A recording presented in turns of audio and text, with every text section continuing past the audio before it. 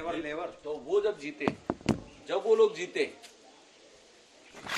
उनको आपने देखा होगा कभी, तो उनकी जीवन की आप व्यवस्था देखो।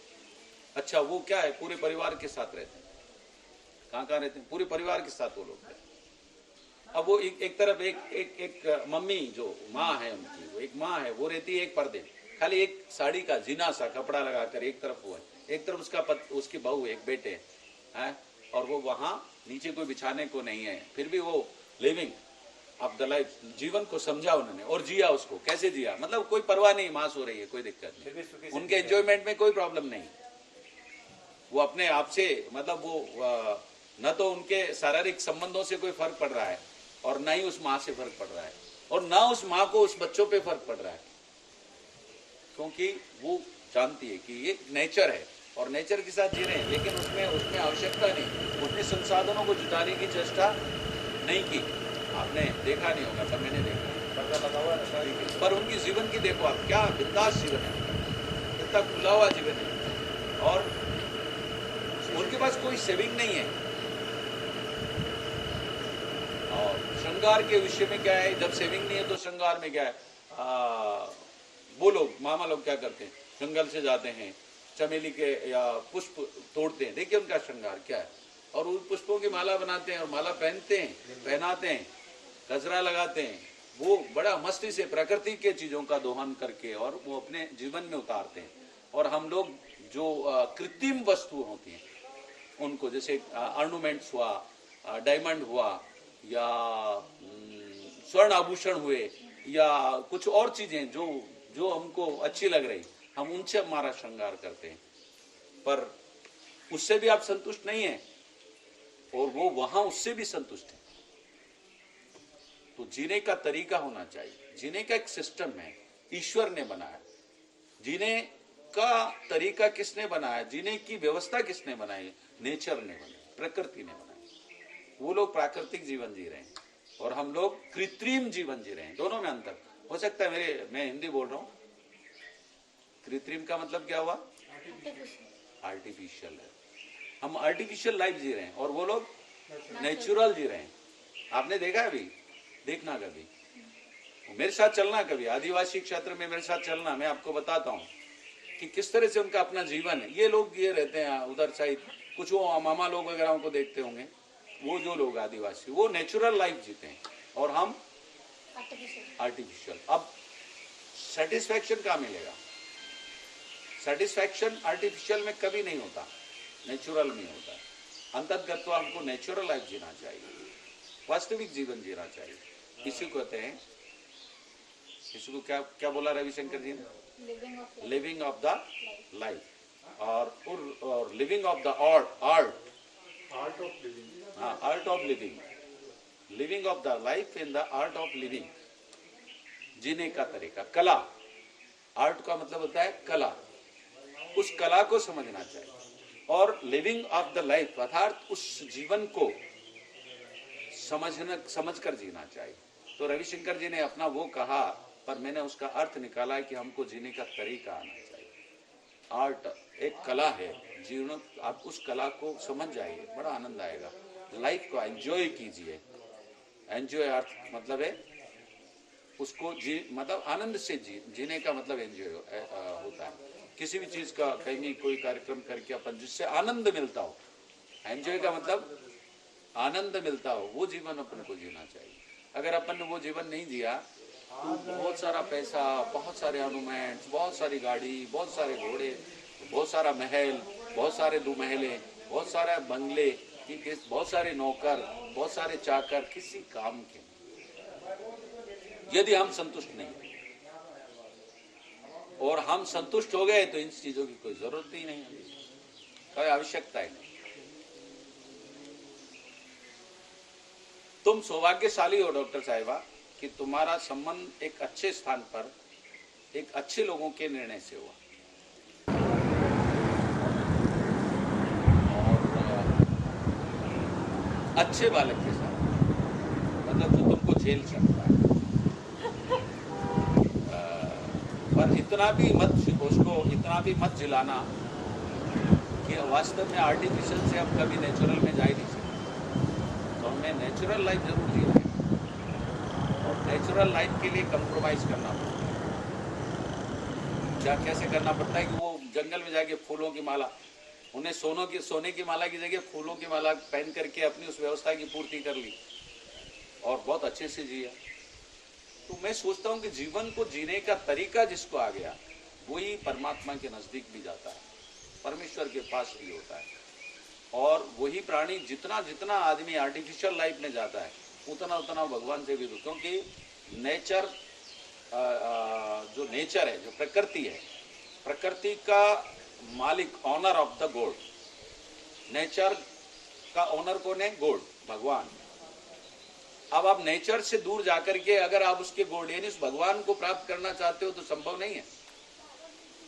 तो आप नेचर से जितना दूर जाएंगे, जितना आर्टिफिशियल लाइफ की ओर जाएंगे, उतना ही वो आपसे दूर जाएगा, क्योंकि आप नेचर से दूर जा रहे हो, अलग, वास्तविक जीवन से अलग जा रहे हो, तो भगवान उसको छोड़ता चले जाता है। This point is noted any people, हर आदमी को समझता है कि जो आदमी इस तरह से अपने आधुनिक व्यवस्था को और आर्टिफिशियल कृत्रिम लाइफ को जो जी रहा है वो उतना ही भगवान से दूर जा रहा है, और भगवान से जो आदमी जितना दूर जा रहा है वो उतना असंतुष्ट है, उसको सेटिस्फैक्शन करेगा। तो ऐसी कई घटनाएं मैंने मेरे जीवन में, व्यक्तिगत जीवन में देखी। इससे असंतुष्ट होकर के छल पैदा होता है। जब हम संतुष्टि को प्राप्त करना चाहते हैं और हमको नहीं मिलती, तो हम छल से प्राप्त करने की कोशिश करते हैं, बल से प्राप्त करने की कोशिश करते हैं, ईर्ष्या से प्राप्त करने की कोशिश करते हैं। मतलब जब नहीं मिलती तो ईर्ष्या भी पैदा हो जाती है। हमने छल भी किया, बल भी किया, फिर भी नहीं मिली तो क्या है, किसी प्राणी के पास जिसको हमने देखा उसके पास वो सुविधाएं हैं, तो उससे क्या हो जाएगा, हमारा ईर्ष्या हो जाएगी। और जब ईर्ष्या हो जाएगी तो द्वेषता भी हो जाएगी, द्वेषता हो जाएगी तो दुश्मनी हो जाएगी, दुश्मनी हो जाएगी तो हम कोई छल प्रपंच करके उसके अंदर कोई कारण, तो उस समय हम अपराधी भी हो जाएंगे और अपराधी होकर जेल चले। कोई कांड कर ही डाल देंगे ना किसी के लिए, या तो उसकी इच्छाओं की, उनकी व्यवस्थाओं को करके हम प्राप्त करके चोरी करने की चेष्टा करेंगे, चोरी कर ली, पकड़े गए तो जेल चले जाएंगे। उस द्वेषता में शत्रुता होगी, उसकी वो सहन अपन को नहीं हुआ और उसका मर्डर कर दिया अपन ने, तो क्या होगा, फिर भी जेल चले जाएंगे।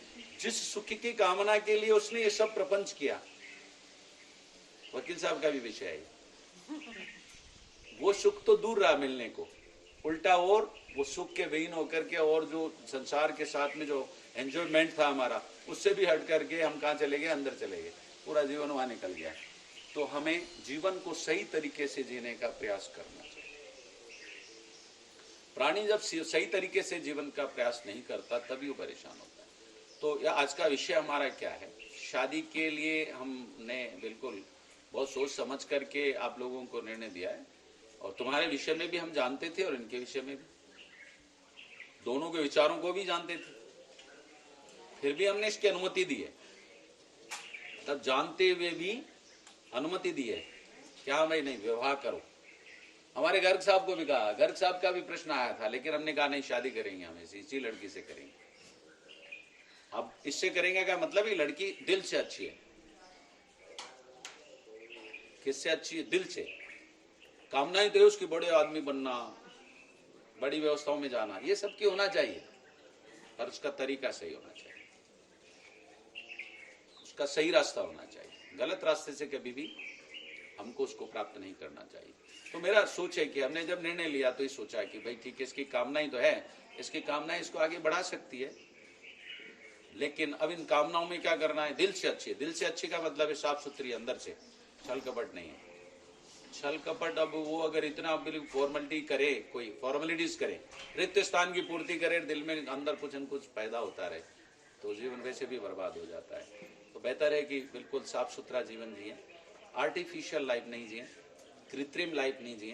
तो बाबा बिल्कुल भी चुप नहीं रहती, कभी कभी चुप भी रहना जरूरी होता है। और कृत्रिम लाइफ जिएंगे तो दिक्कत आएगी। हमको जो ईश्वर ने दिया, जो ईश्वर ने जो जीवन दिया, हमको वही जीना है, उसी में मस्त रहना है। तो मेरे ये ध्यान रखना है, बाबा साहब ने कहा था कि कुछ गडरियाओं को देखो, कुछ मामा लोगों को देखो, आदिवासियों को, जब बाबा साहब के साथ कभी जाते हैं उन लोगों को देखो, उनकी लाइफ को देख करके फिर देखना कि हम उनसे कितने संपन्न और कितने ज़्यादा हमें सब कुछ रहना चाहिए, कितने ज़्यादा सेटिस्फैक्शन अपन को मिलना चाहिए। तो बेहतर है कि हम इस बात का ध्यान रखेंगे अपने जीवन में कि जो हमारे सामने हैं उसमें हमको जीना है। लेकिन इसका माने ये बिल्कुल भी नहीं है कि हमें आगे नहीं बढ़ना, आज इस संसार में आधुनिकता में नहीं जाना, या इस संसार में हमको आगे प्रगति नहीं करना है, प्रोग्रेस, क्योंकि बिना आप लोगों की प्रोग्रेस के, बिना आप लोगों के अर्थ संपन्नता के इस राष्ट्र की व्यवस्था नहीं हो सकती। अगर राष्ट्र की व्यवस्था करना है तो हमें आगे बढ़ना चाहिए, लेकिन अपनी वास्तविक जीवन को छोड़कर बढ़े ये नहीं, वास्तविक जीवन के साथ साथ बढ़ने का संकल्प लेना चाहिए, क्योंकि आपके प्रयास से, आपके अर्निंग करने से ही राष्ट्र को व्यवस्था मिलेगी और राष्ट्र की प्रगति उसी में संभव है। यदि हम राष्ट्र की व्यवस्था अमल नहीं करेंगे, हमारे प्रोग्रेस नहीं होगी, तो फिर हम राष्ट्र का भी भला नहीं कर पाएंगे। इसलिए हमको चाहिए कि हमारी प्रगति तो करना चाहिए, हमें पैसा कमाना चाहिए खूब सारा, और उस पैसे का यूज करना चाहिए, लेकिन मिसयूज नहीं। इस बात को एक अब हमारे यहाँ तो साड़ियाँ होती नहीं है तो गांठ बांधे, तो दिमाग में एक चीज़ को बांध लें कि हमें मिसयूज नहीं करना चीज़ों का मिसयूज नहीं करना, पापा का प्रेम का मिसयूज नहीं करना। किया है तेने अपनी लाइफ में मिसयूज का मतलब क्या है? पापा से कह किया है, मम्मी से किया है, नहीं ये चाहिए तो फिर चाहिए, आपको लाना ही, वो मिसयूज था। पर चूंकि पापा मम्मी क्या करते थे? प्रेम करते थे आपसे, तो फिर आपके जीवन को उन्होंने सर्वोपरि समझाया, बोला ये बेहतर जीवन है। ऐसे हम बच्चों के लिए जी रहे हैं, क्या माता पिता क्या सोचते हैं? बच्चों के लिए जी रहे हैं। तो माता पिता आपके लिए जिए हैं, आपको अपने बच्चों के लिए जीना, ठीक है? आने वाले टाइम में आपको उनके लिए कुछ करना। बाबा साहब की बात बुरी लग सकती है, पर बुरी नहीं है, लग सकती है। कई बार क्या होता है कि हमने कभी उस चीज का ध्यान ही नहीं किया जीवन में, क्योंकि इससे हमारी इन व्यवस्थाओं से कहीं इनको भी कभी परेशानी हुई होगी, कभी अपन ने शायद सोचा ही नहीं है। लेकिन ये इन्होंने कभी कहा भी नहीं, तुम पर बाबा साहब से छुपा भी नहीं कभी, कि हम आपका एक्सरे जो होता है ना, जैसे डॉक्टरों के यहाँ एक्सरे से हम इंटरनल चीज़ों की जानकारी हो जाती है, तो हमारे यहाँ क्या होती है? इंटरनल चीज़ों की जानकारी हो जाती है, ऐसी बात। फिर लेकिन चूंकि ये आदमी की प्रकृति होती है ना, अपनी प्रकृति रही, और लेकिन अपन ने उसको मिसयूज नहीं किया, प्रकृति को, माता पिता को भले किया, प्रकृति को मिसयूज नहीं, तो बेहतर है। अपन को यहाँ मेरा कहने का तात्पर्य है कि हम जो हमारी क्षमता है, तो उस क्षमता के साथ जीना है। अपन क्षमता से बाहर जिएंगे तो परेशानी सबको होगी, और अपने बच्चों को भी इस बात का संस्कार देना है, आपको, आने वाली पीढ़ी को भी, कि आप हमारा मिसयूज नहीं करें। आएगी ना जो पीढ़ी आएगी तो सही हो, तो हम बालाजी से प्रार्थना करेंगे वो आना चाहिए। जब आएगी तो हम कहेंगे कि उसको हम अच्छे संस्कार दें, और क्या देंगे? पैसा खूब कमाएंगे, संपन्नता भी देंगे, व्यवस्था भी देंगे, लेकिन विलासितता नहीं देंगे। क्या नहीं देंगे उनको? विलासितता हिंदी का शब्द है, विलासितता का अंग्रेजी में क्या बोलेंगे? नहीं पता। लग्जरी। विलासितता का मतलब क्या है? विलासितता का मतलब ही लग्जरी। लग्जरी का मतलब जुआ खेलना, जो भी कुछ, शराब पीना, ये विलासिता है। घूमते घूमते घर आना, दूसरे आदमी से सहारा लेकर आना, पैसा खर्च करके आना, ये सब विलासितता, मतलब अनेसेसरी नेचर से विरुद्ध जो भी कोई काम करे वो विलासितता में आता है, ठीक है? तो अपन को लग्जरी जीना है, लेकिन लग्जरी नेचर के साथ जीना है, प्रकृति के साथ जीना है। अब लग्जरी कैसे जिए कि अपन 4 आदमी को सुख पहुंचा के आ रहे हैं। तेरे पास 4 मरीज आते हैं और ये कहता है कि मेरे पास तो ये पैसा ही नहीं है, अब मैं इलाज भी कराना चाहता हूँ, तो कैसे कराऊंगा? वो मैं करा नहीं पाऊंगा तो आप कहेंगे कोई बात नहीं बेटा, इलाज तो होगा तेरा। क्या होगा? इलाज तो होगा। तू करा पाएगा या नहीं करा पाएगा, हम तेरा इलाज जरूर करेंगे। उसकी सेटिस्फेक्शन जो उसको मिलेगा वो आपके जीवन के एक लग्जरी बन के एक व्यवस्था रहेगी। तो उम्मीद अपन कर सकते हैं कि अपन ऐसा जीवन जिए जिससे अपन सब तरह से सुखी रहें, प्रसन्न रहें और पैसा भी खूब कमाएं और यूज भी खूब करें, मिसयूज नहीं। क्या नहीं करें? गलत। वो अब मिसयूज का मतलब तो समझ ही गए। गाड़ी तो ले लें 1 करोड़ रुपए की, अपने पास आ जाए तो कोई दिक्कत नहीं है, पर उस 1 करोड़ रुपए के कमाने के तरीके गलत नहीं होने चाहिए, उसके तरीके से। और वो 1 करोड़ रुपए का संस्कार बच्चों को नहीं जाना चाहिए। उनको समझना चाहिए कि 1 करोड़ रुपए की कार हमने बहुत प्रयास और परिश्रम करके खरीदी। आप उसका यूज कर सकते हो, लेकिन उस परिश्रम का आपको ध्यान देना चाहिए कि आपको परिश्रम करके जीना है। ठीक है? तो ये लेक्चर नहीं है, हकीकत है, वास्तविक है। कई आदमी कथावाचक लेक्चर देते हैं या वो कथाओं को सुनाते हैं आप लोगों को, पर मैं कथा नहीं सुना रहा। इन जीवनों को मैंने देखा, व्यक्तिगत जिया भी है और देखा भी है। मैंने जिया भी है और मैंने इसको देखा भी है, और इस आश्रम पर रहते हुए इन चीजों को मैंने समझा भी है। मेरे साधना काल में जब कोई साधक, अब इतने लोग साधक हैं, बहुत साधक बनना चाहते हैं, लेकिन इन सारी चीजों को उनको अलग करना पड़ेगा। बाह्य लोक दृष्टि से उन्हें अलग होना पड़ेगा। जब तक बाह्य लोक दृष्टि से अलग नहीं होंगे तब तक वो साधना नहीं कर सकते, क्योंकि वो नियंत्रण नहीं करेंगे। भाव वहीं चले जाएंगे हाफ पैंट पे, फुल पैंट से हाफ पैंट पे चले जाएंगे, फुल स्कर्ट से हाफ स्कर्ट पर चले जाएंगे, और वहां चले गए वहां संस्कार डिस्टर्ब हो जाएंगे, वहां व्यवस्था हो जाएगी। जैसे महिलाओं का सबसे ज्यादा सुंदरता क्या प्रदान करता है? उसका नेचुरल व्यवस्था उसकी सुंदरता प्रदान करती है, वो ईश्वर ने उसको दी। अब हम लोग आज क्या करते हैं? आज के तारीख में उसको बिगाड़ते हैं, नेचुरल व्यवस्था को बिगाड़ते हैं। मेरा देखिए ये भी यहाँ भी आएगा, नेचुरल और आर्टिफिशियल दोनों आएगा। हम नेचुरल जो हमारी जो हम जितना सुंदर है, जितना ब्यूटीफुल है, उसको हम बिगाड़ दे उल्टा। क्रीम पाउडर आँख में, नाक में, खाल में, वो महिलाओं को, बच्चियों को देखता हूँ मैं, तो वो कुछ वो मैं जब देखता हूँ तो पता ही नहीं चलता है कि वास्तव में डॉक्टर साहब ही हैं, कोई और हैं। उसके बाद पता चलता है कि कोई और है। जब उस पूरी चीजों को देखते हैं अपन, तब पता चलता है कि ये है ही नहीं, डॉक्टर साहब नहीं है, ये कोई और है। तो औरों का मतलब जब चीजों में परिवर्तन आ जाए तो आर्टिफिशियल हो गया। तो आर्टिफिशियल, हमको नेचर के साथ जीना चाहिए, वास्तविकता के साथ जीना चाहिए। बड़ा आनंद आता है जीवन को जब जिएंगे तो बड़ी खुशी होगी। और इसका कतई अर्थ नहीं लगाएं आप भी कि गुरुजी ने कहा है कि नहीं हमको जीवन को अच्छा नहीं जीना है। जीवन को बेस्ट जीना है, बेहतर जीना है, बिंदास जीना है, अच्छा जीना है। जितना अच्छा जी सके उतना अच्छा जीना है। पर किसी को कष्ट पहुंचाकर, अनैतिक रास्ते से पैसा कमाकर, किसी की आत्मा को दुखी करके अगर ऐसा लाइफ जिए तो वो लाइफ ठीक रहेगी, वो ऐसा नहीं। और उसके लिए कमाना भी जरूरी है, तो कमाएं, पर गधा बन के भी नहीं कमाएं, इंसान बनकर। पता एक तो गधा किसको कहते हैं? जो कमाता ही रहता है बेचारा, पर उसके 1 रुपया काम में नहीं आता, उसको कहते हैं गधा बन के कमाना। वो समझ तो आ रही है ना आपको? गधा दूसरों के लिए कमाता है, अपने लिए नहीं कमाता। लेकिन इंसान अपने लिए भी कमाता है और दूसरों के लिए भी कमाता है।